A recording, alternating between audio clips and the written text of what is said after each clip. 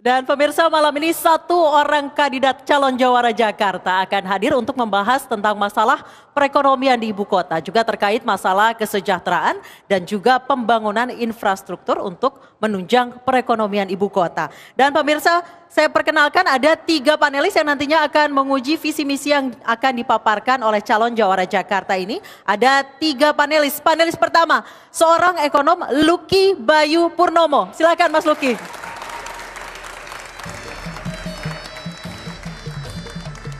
Silakan Mas Lucky, bebas.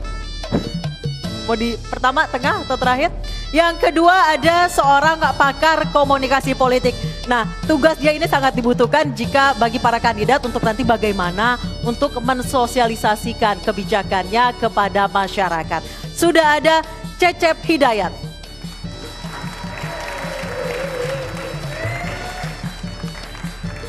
Selamat malam. Silakan Mas Cecep.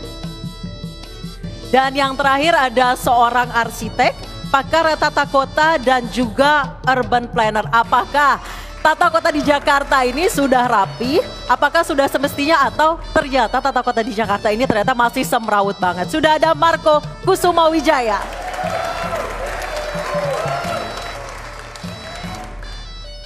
Halo, selamat malam Bapak-bapak, sehat? Tadi gimana menuju Kebun Sirih? Macet? Hujan besar. Biasanya kalau hujan besar, macet, kemudian banjir. Nah, itu yang sudah menjadi masalah klasik di Jakarta. Dan pemirsa, selanjutnya mari kita sambut salah satu kandidat calon jawara Jakarta malam ini yang telah hadir bersama kami. Sandiaga Salahuddin Uno.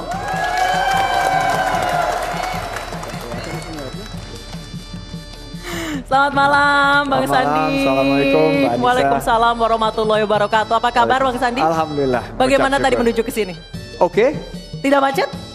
Macet lah, tapi itu kan bagian dari Jakarta. Nah, hari ini hujan deras. Biasanya hujan deras itu masalahnya apa? Macet dan banjir. Betul. Tapi hari ini kita tidak akan membahas banjir, kita membahas terkait masalah perekonomian di Jakarta. Bang Sandi, silakan menuju kursi panas. Nggak terlalu panas sih kursinya. Tidak terlalu panas. Nanti akan panas kalau sudah kita mulai dialog kita. Wah, ini panelisnya sangat ngeri-ngeri ya Bang ya? Ngeri-ngeri nih panelis. Dan pemirsa, bagaimana Sandiaga Uno nantinya akan mengelola masalah perekonomian di Jakarta. Tentunya Bang Sandi ini sudah punya solusi ya Bang ya. Sudah membawa solusi ya buat warga Jakarta ya. Yang akan nantinya berdampak terhadap kesejahteraan dan tumbuh kembangnya perekonomian di ibu kota Jakarta. Bang Sandi, tempat dan waktu milik Anda. Terima kasih Mbak Anissa yang sebetulnya dari namanya aja sudah mendukung Anis Sandi. Anis Sandi. Jadi GR Alhamdulillah saya diberikan kesempatan mungkin kurang lebih 12-13 bulan yang lalu saya sudah memulai perjalanan Muhibah ini untuk mengerti apa yang menjadi permasalahan warga masyarakat di Jakarta. Saya mengikuti proses ini tentunya diawali dari proses penjaringan di Gerindra dan diikuti berbulan-bulan proses seleksi, termasuk beberapa kali mengikuti seleksi di partai-partai lain. Ternyata ada 3 permasalahan utama yang dihadapi oleh warga Jakarta. Permasalahan pertama, mungkin kalau kita selalu melihat bahwa permasalahan pertama di Jakarta itu untuk sebagian besar orang adalah macet dan banjir. Tapi kalau kita melihat keseluruhan masyarakat Jakarta, ternyata mayoritas daripada masyarakat Jakarta itu mengalami kesulitan dalam hal lapangan pekerjaan. Bahwa lapangan pekerjaan semakin sulit didapat. Kota yang bertumbuh ini ternyata menyisakan permasalahan lapangan kerja khususnya bagi masyarakat warga kelas menengah ke bawah. Kedua adalah masalah biaya hidup.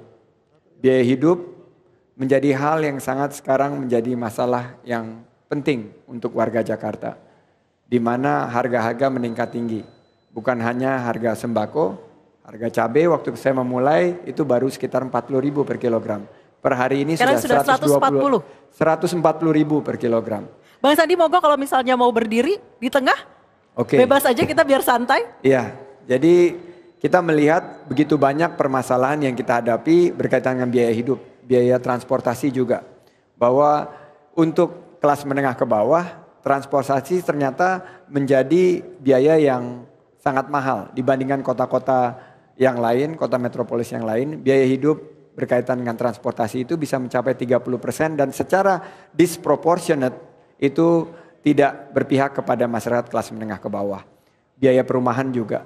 Kita lihat juga biaya-biaya hidup yang berkaitan dengan biaya energi. Sekarang listrik baru juga meningkat tinggi.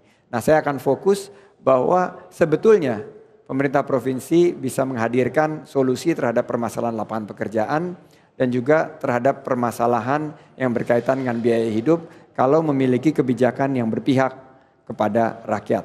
Dan ketiga yang saya melihat dan akhirnya ini yang memutuskan bagi saya untuk mengajak mitra saya Mas Anies Baswedan sebagai mitra dalam Pilgub kali ini adalah masalah pendidikan. Keinginan dari masyarakat Jakarta untuk menghadirkan pendidikan yang berkualitas, tuntas, dan gratis.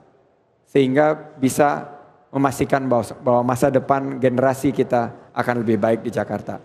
3 permasalahan pokok itu yang kami bawa sebagai solusi visi misi yang kami tawarkan kepada warga Jakarta. Tentunya ini menjadi harapan bahwa di mana Jakarta bertumbuh, tapi Jakarta itu tetap untuk semua. Jangan hanya Jakarta itu dikhususkan bagi kelas menengah ke atas yang sanggup tinggal di Jakarta, tapi Jakarta harus bisa menjadi bersahabat bagi seluruh lapisan masyarakat. Kami ingin hadir sebagai pemimpin yang mempersatukan, pemimpin yang mewakili seluruh lapisan masyarakat, dan pemimpin yang memastikan Jakarta maju kotanya dan bahagia warganya. Terima kasih Bang Sandi, silakan kembali ke kursi panas. Tadi Bang Sandi menyebutkan ada 3 permasalahan di Jakarta. Pertama lapangan pekerjaan, yang kedua adalah biaya hidup masyarakat, yang ketiga salah satunya adalah pendidikan yang nantinya akan berpengaruh pada ketersediaan sumber daya manusia yang nantinya juga untuk memenuhi lapangan pekerjaan di Jakarta. Salah satu panelis boleh menanggapi? Cek.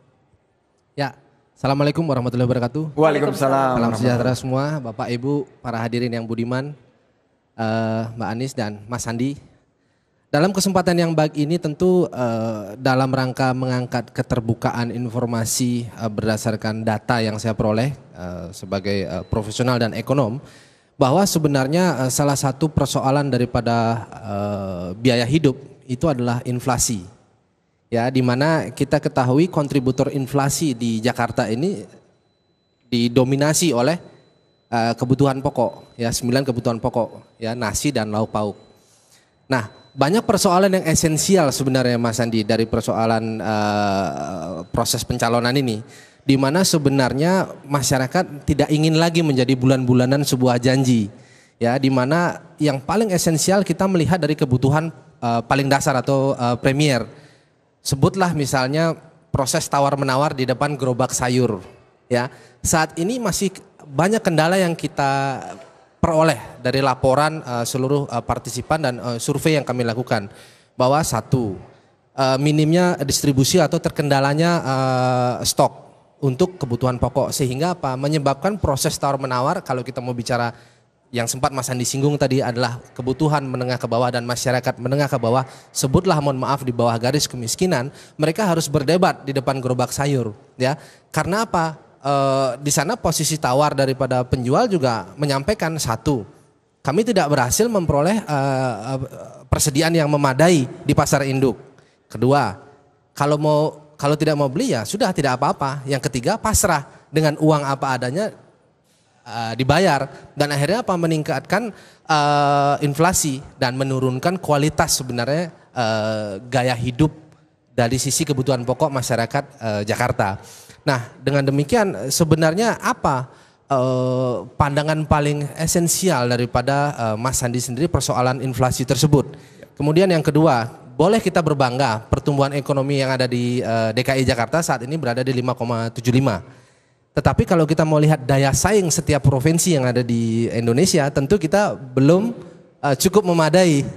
Padahal Jakarta ini satu, kota padat modal, kemudian kedua, distrik atau pusat daripada pemerintahan, dan diharapkan menjadi kontributor daripada pertumbuhan ekonomi provinsi. Kemudian yang selanjutnya bahwa saat ini persoalan tenaga kerja. Kalau kita lihat memang UMP upah minimum untuk kerja sudah cukup baik karena dikabulkan berdasarkan permintaan daripada demonstrasi. Tetapi sekali lagi, apakah persoalan UMP ini harus melalui upaya-upaya tersebut atau memang ada kebijakan tersendiri untuk mengangkat derajat daripada masyarakat dan pekerja di DKI Jakarta? Saya kira demikian. Oke, baik. Silakan Bang Sandi. Ya, terima kasih Mas Lucky Bayu. Jadi pertama mengenai inflasi bahan makanan. Jadi kalau kita lihat sebagai seorang pengamat ekonomi dan saya dulu aktif di dunia usaha sebelum masuk di politik, saya melihat memang kalau dilihat angka inflasi saja cukup terkontrol angka inflasi. Tapi begitu kita bedah bahwa angka inflasi yang berkaitan dengan bahan makanan sudah menembus di atas 7%. Dan di atas 7% ini sudah merupakan sinyal bahaya. Akan tergerus daya beli masyarakat. Apalagi untuk esensi kebutuhan mereka sehari-hari. Yang paling memberatkan itu memang berkaitan dengan ini rakyat warga Jakarta ini senang makan yang pedas. Begitu cabai naik dari 60 jadi 80, terus waktu Ibu-ibu di pasar panik Ciracas. ya, Bang ya? Ibu-ibu panik. Iya.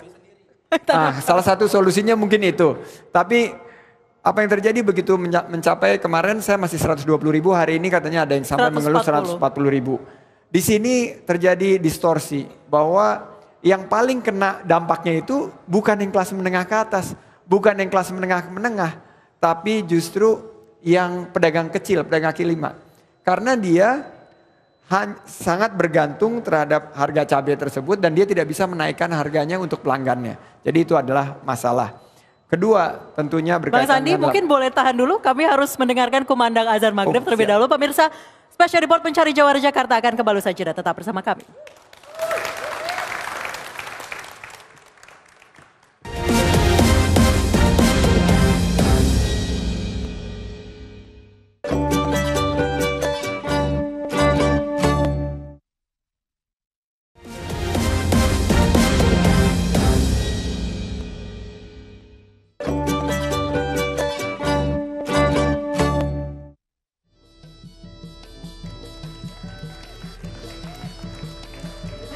Pemirsa, tadi sebelum jeda Bang Sandi ini sempat bilang punya gerakan-gerakan spesial. Apa aja, boleh dijelaskan? Jadi boleh kita misalnya membangun infrastruktur transportasi. Kita bangun world class, MRT yang kelas dunia maupun. Tapi kalau misalnya warga masyarakatnya nggak tergerak untuk menggunakan itu percuma. Jadi kita akan memastikan bahwa ada gerakan-gerakan untuk menggunakan kendaraan umum, transportasi publik. Kelas menengah yang keren itu seperti di kota lain, kota besar lain di dunia itu menggunakan kendaraan umum. Di Jakarta ini kelihatannya yang keren itu naik mobil pribadi. Padahal harus diubah mindsetnya. Itu untuk transportasi. Untuk lapangan kerja, kita ubah mindset, kita ubah perilaku, pola pikir daripada warga Jakarta. Bukan mencari lapangan kerja tapi menciptakan lapangan kerja dengan program One Kecamatan, One Center for Entrepreneurship. Kita akan lihat 4-5 ribu pengusaha pelaku ekonomi baru akan lahir di tiap kecamatan. Sehingga kita bisa ciptakan 200 ribu lapangan kerja baru melalui 200 ribu entrepreneur baru. Untuk banjir misalnya, kita selalu mengeluh. Banyak sekali permasalahan-permasalahan banjir itu sebetulnya bisa diselesaikan dari gerakan-gerakan. Seperti yang paling simpel, membuang sampah pada tempatnya. Saya ngelihat selama berkeliling di Jakarta belum ada kesadaran tersebut. Nah, ini yang diperlukan sebuah gerakan sosial yang masif. Mas Anies pernah membuat gerakan Indonesia Mengajar. Saya pernah membuat gerakan Indonesia Berlari. Dan bagaimana caranya warga masyarakat itu bisa berpartisipasi. Nah, itu sebuah perbedaan secara mendasar dalam pendekatan kita ke depan. Kita ingin membangun sebuah kota urban di mana masyarakat warga manusianya menjadi centerpiece, menjadi inti daripada perubahan tersebut. Mas Marco tadi nanya bagaimana menurunkan biaya transport.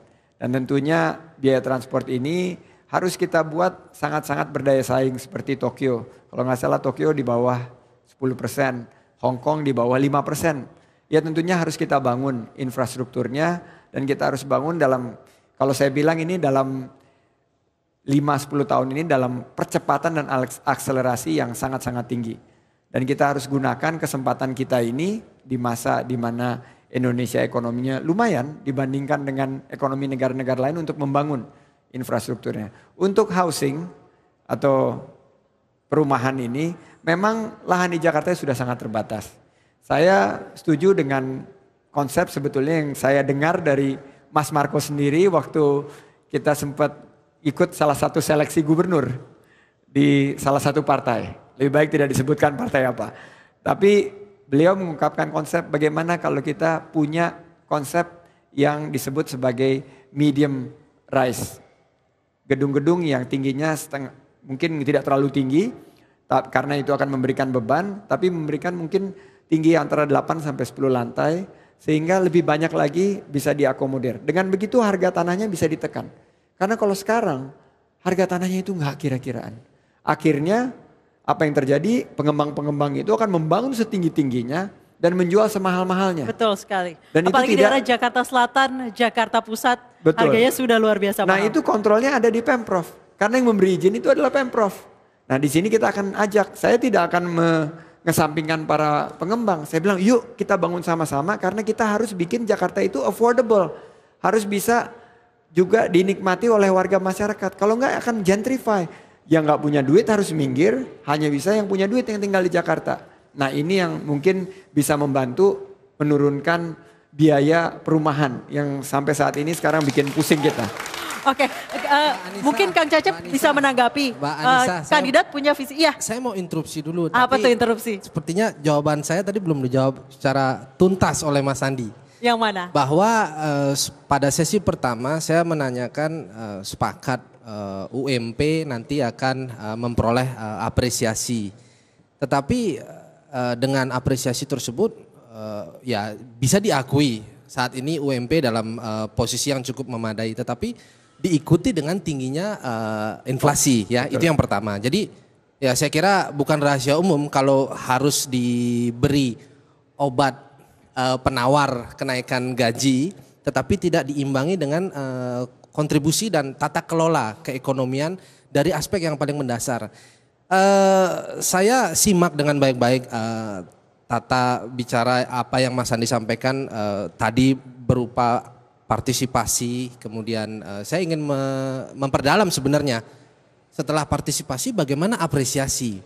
Setelah apresiasi lantas bagaimana kolaborasi Mas Sandi terhadap persoalan tersebut.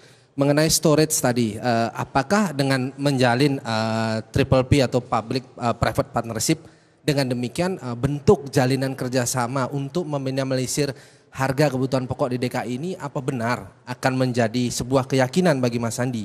Dan pandangan saya apa benar nantinya akan menyebabkan minimal 1 tahun harga itu stabil diikuti dengan 1 Idul Fitri dan Tahun Baru untuk kebutuhan pokok. Saya kira demikian. Oke, boleh disambung Kang Cecep? Pertanyaannya Mas Lutfi. Oke, baik, terima kasih Anissa. Selamat petang Bang Sandi dan juga hadirin. Ada tadi sudah disampaikan Bang Sandi bagaimana timnya Paslon 3 ini ingin membangun manusia ya. Oke, berangkat dari situ kata kuncinya adalah indeks pembangunan manusia. Bagaimana kemudian Paslon 3 ini itu bisa mengelaborasi ya, misalnya bagaimana meningkatkan jumlah dan pemerataan pendapatan, bagaimana juga menciptakan pendidikan yang mudah dan terjangkau, serta bagaimana meningkatkan kualitas kesehatan. Nah, berangkat dari poin ini semua, misalnya tadi ya, masalah pendapatan, itu kemudian disambungkan dengan OKOC tadi ya. Tapi kemudian ya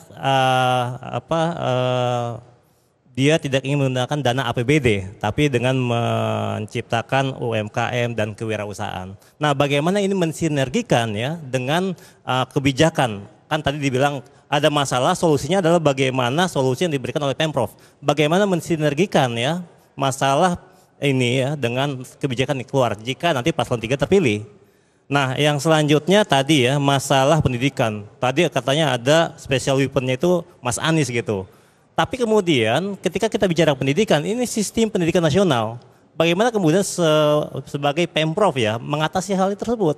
Akan ada paradoks misalnya ya ketika kita ingin menciptakan sistem tersendiri di Jakarta, padahal ada Sisdiknas misalnya. Nah kemudian yang ketiga ya ini masalah komunikasi. Tadi sudah berlari ya ke 1000 titik misalnya. Nah tapi kemudian ini kan Mas Anies, Bang Sandi ini adalah komunikator politik ya. Bagaimana kemudian tiap komunikator punya pesan yang disampaikan. Nah saya perhatikan dari media yang saya baca misalnya ya. Kadangkala ketika menyampaikan pesan, message ya. Baik itu langsung ke ya, yang warga yang ditemui. Itu kadangkala tidak menyerang paslon 1 dan 2 misalnya. Jadi kesannya adalah justru tidak mendapatkan simpati. Tidak khawatirnya adalah justru kok jadi malah menjelekkan yang lain gitu. Yang sebaiknya adalah kan membuat kampanye yang positif terhadap pasangan ini sendiri. Oke, 3 hal itu, saja. terima kasih. Langsung saja Bang Sandi. Ya tadi mungkin menanggapi dulu Mas Luki. Memang kalau kita lihat masalah yang dihadapi oleh Jakarta itu tentunya kompleks. Tapi kita berikan irisan-irisan dan salah satu yang menjadi masalah diangkat tadi adalah berkaitan dengan UMP, berkaitan dengan bagaimana penghasilan itu tidak tergerus dengan biaya hidup yang tinggi. Saya cukup yakin, pengalaman saya di dunia usaha, kalau kita memiliki kemampuan untuk mensinergikan bauran kebijakan kita dengan partisipasi daripada dunia usaha dan partisipasi dari juga masyarakat untuk mengontrol dengan asupan daripada teknologi dan digital, saya kok yakin ya 18 bulan setelah amanah ini diberikan kepada kita, paling tidak kita bisa menstabilkan harga-harga bahan pokok, baik itu mau bicara lebaran maupun Natal, tahun baru aja juga ikut naik, itu saya yakin. Kenapa? Karena saya mengalami itu juga waktu menjalankan dunia usaha, bagaimana mengamankan pasokan. Kalau pasokannya aman, tidak ada spekulan. Dan pasokannya aman itu kita bisa pastikan barangnya ada. Begitu ada spekulan kita lakukan operasi pasar yang bisa memastikan bahwa harga itu tidak akan sangat fluktuatif. Itu yang pengalaman. Sanksi apa kira-kira Mas Sandi kalau telah melakukan operasi pasar? Kira-kira sanksi apa yang akan ditetapkan dan ditegaskan oleh paslon nomor 3? Bila mana operasi pasar yang dilakukan mendatang memiliki temuan-temuan adanya spekulan, adanya penimbun dan sebagainya. Dan itu adalah persoalan yang fundamental yang mempengaruhi harga itu tetap tinggi. Karena selama ini memang hanya operasi saya pasar. butuh jawaban bagaimana tindakan kemudian ketegasan Mungkin mengenai langkah operasi pasar. konkretnya, ketegasan Ya kalau apa? langkah konkret kan penimbun itu kan merusak stabilitas, itu saya serahkan kepada aparat dan pasti ada tindak pidananya kalau menimbun.